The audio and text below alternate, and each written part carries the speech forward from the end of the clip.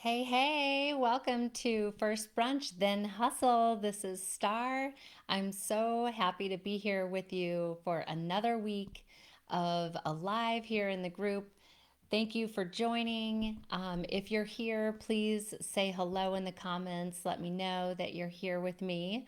I'm going to be talking about whether to niche up or niche down today. This is one of the most frequently asked questions that I get from my clients as well as my audience, and that I see floating out there online a lot. And I myself went through answering this question when I was growing and developing my business. So I wanted to share my insights around this because it is a very, very important piece to your business. And it has everything to do with your ability to stand really anchored in your business with confidence behind you. So we're just going to jump right into whether to niche up or niche down. So what is a niche anyway? A niche is your market. It's as simple as that. It's the people that you are selling to, that you're speaking to, that you're marketing to. So your niche are the people whose need you are fulfilling through your business. And as an entrepreneur, that is what you are up to. You are up to fulfilling a need, you're up to solving a problem with what it is that you do. So when you are looking at defining your niche, you want to be assessing exactly what is in your unique repertoire. You want to know just what it is that you have to offer that's going to solve your ideal client's problem. So, you're looking for a like match. You're looking to match your repertoire with the market that is going to really benefit off of what you have to offer. And so I'm going to get into what are the fears behind niching down, because most of the time people want to niche up and they want to keep their niche too broad. And so I'm going to be talking about the pitfalls that come with having too broad of a niche. Um, when is it that you can actually niche up in your business?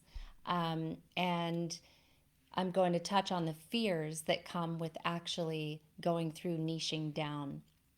So, what are the fears of niching down? And you may have your own fears coming up as I'm asking this question. You might be identifying what has been your fear about niching down. Most of the time, my clients are afraid to niche down because they believe that they're going to lose business if they do. They believe that they're not going to be speaking to enough people by niching down. So let's dispel this myth right now. Because as we know, there are over 7 billion people in the world, and now we are, really thriving in this global marketplace more than ever before. The pandemic has really pushed us into the digital world more than ever, and it has shown us how we can reach people, how we as entrepreneurs can become a part of not just our local economy but the global economy.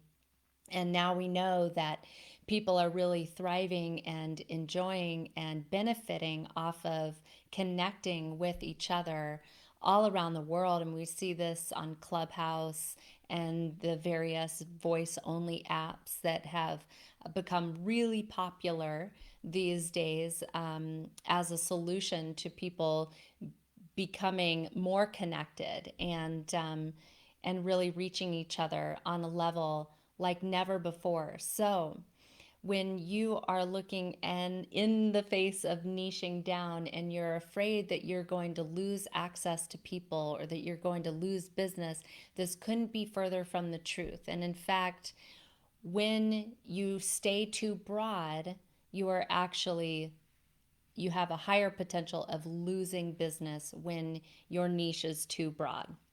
And I will tell you why. Because when your niche is too broad, then your marketing language isn't specific enough to really truly connect with the people who are your ideal client, who are your true soulmate client, who just know through the language that you're speaking and the energy that you're broadcasting that you're the one that's going to fulfill the need that they have. And I call it their bleeding neck need. Their bleeding neck problem needs to be solved. And so I highly recommend that if you are in a place of looking at niching down and you have trepidation about it, just remember that the more specific you are, especially when you are developing and growing your business, the better off you are, because you want to be connecting with the people who are the best fit for you. Another reason why people are afraid to niche down is that it's a commitment. It's a true commitment to your brand identity. So, and commitment can be a really big issue for some people, especially for free spirited entrepreneurs and multi passionate entrepreneurs. Really committing to that brand identity is and can be a big deal. But if you don't, again, you're going to water down your brand, you're going to water down your message, and you will get lost in the sea of all of the other online entrepreneurs and coaches and online educators and thought leaders and healers and so on and so forth. So it's really important that you do really specify what makes you unique in the market. And that leads me to another fear of niching down, is that a lot of people aren't confident that what makes them truly unique is going to sell. They don't have confidence that what actually is their special inner gifts is going to be valued. So, and I actually was stuck there for a while in my business too. And so I'm speaking from personal experience when I say, I've been there. I have definitely been in the face of needing to niche down and feeling and experiencing in my business what was happening as a result of not niching down. I was kind of getting lost in the crowd, and there wasn't really anything identifying me and helping me stand out. But even worse, I was really leaving what really lights me up and a real authentic part of me out of my business too. So my business fulfillment and the reward I was feeling just by way of the work that I was doing and the messaging I was creating and the content that I was creating day after day didn't really truly light me up enough. I mean, it was just enough, but just okay is not okay, right? I actually love that commercial because it's so true. Just okay is not okay. So when you're niching down, it's a commitment to your brand identity, and it's also a commitment to owning who you really are and owning what makes you really unique. And this brings me to another fear of niching down, is that most people can be really afraid of being rejected for what makes them unique. So beyond even whether it's going to be valued and will sell, the sheer fear of the rejection that they might experience as a result of standing in their authentic voice and speaking their truth and saying out loud what it is that they really do that makes them really, really, truly unique. Take like a wellness coach, for example, who has a multifaceted and intricate repertoire as a result of trainings and certifications and life experience that goes into their knowledge base. But if they were to only, address, say, the physical level of wellness and leave all of the other important stuff out that addresses the spiritual, the mental, and emotional, well, that's a part of their whole repertoire, then they're not only selling themselves short, they're selling their clients short, and they're also losing all of the language and again that magic that makes them really unique. So that's just an example. So it's feels safe to blend in, but it doesn't do you any good to blend in. It actually will hurt you if you're playing it safe and more focused on being a part of the crowd. So, in order to niche down, it really requires anchoring into who you really are.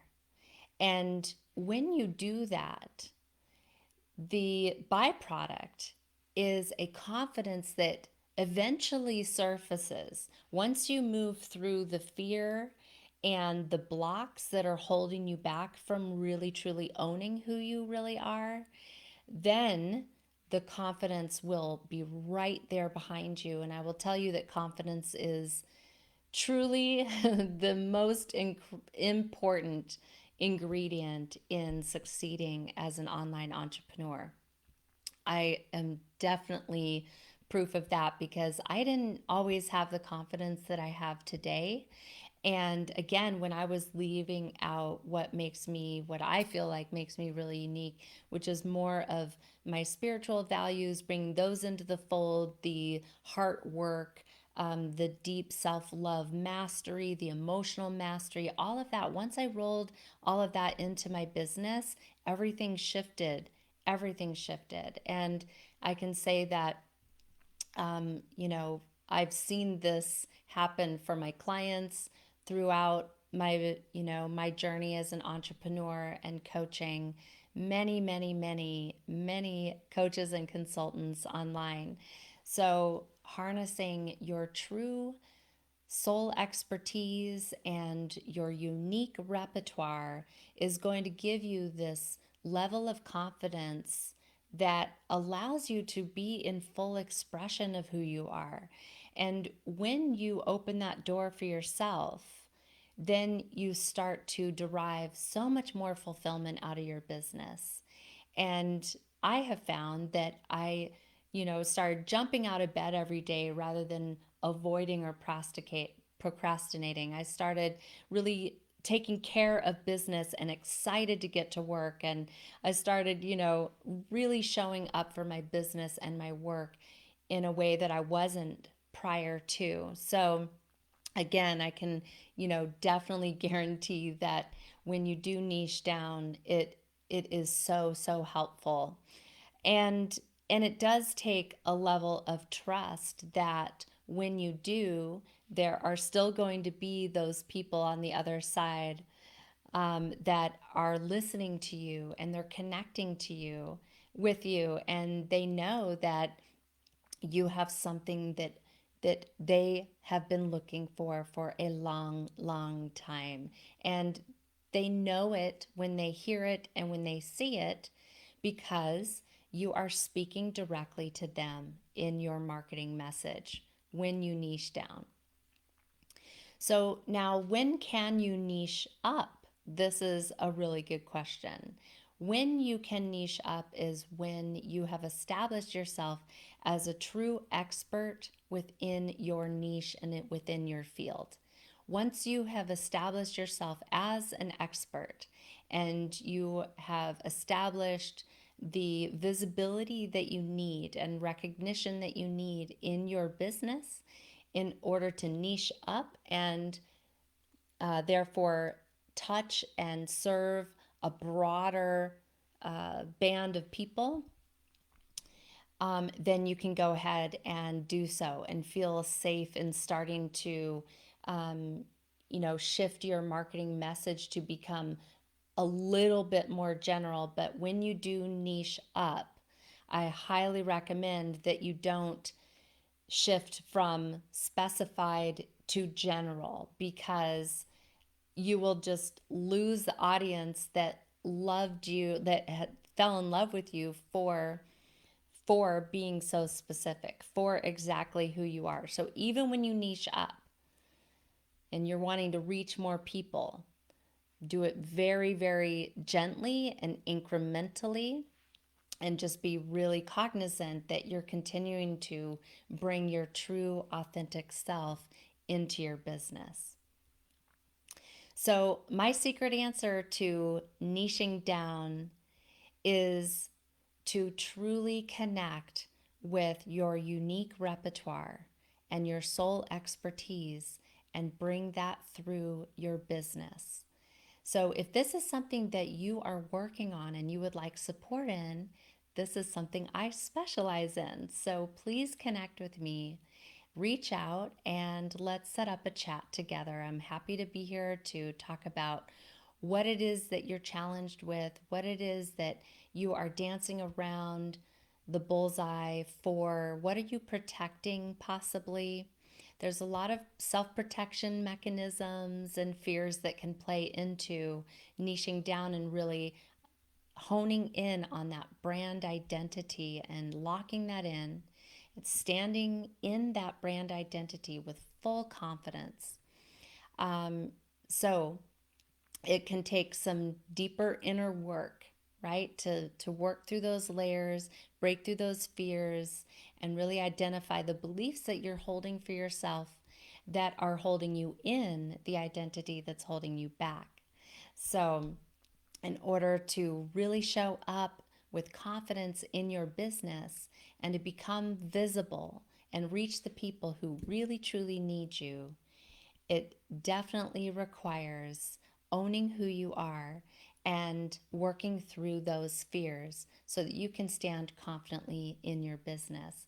And people love confidence because most people want confidence for themselves. So when you come into your business with full authenticity, with full ownership of who you are, what you have to offer, how you are serving, and clarity on who specifically you are serving, then you are cooking with gas, my friends, as I like to say. So thank you for joining me for First Brunch Then Hustle. I'll be back again next week with another igniting electric magnetic topic for you. And I hope you have been having a fantastic week. I hope you continue to have an abundant and prosperous, empowered week. And I look forward to seeing you again. Let me know what you thought of this video. I would love to hear from you in the comments. Ciao, ciao, everyone.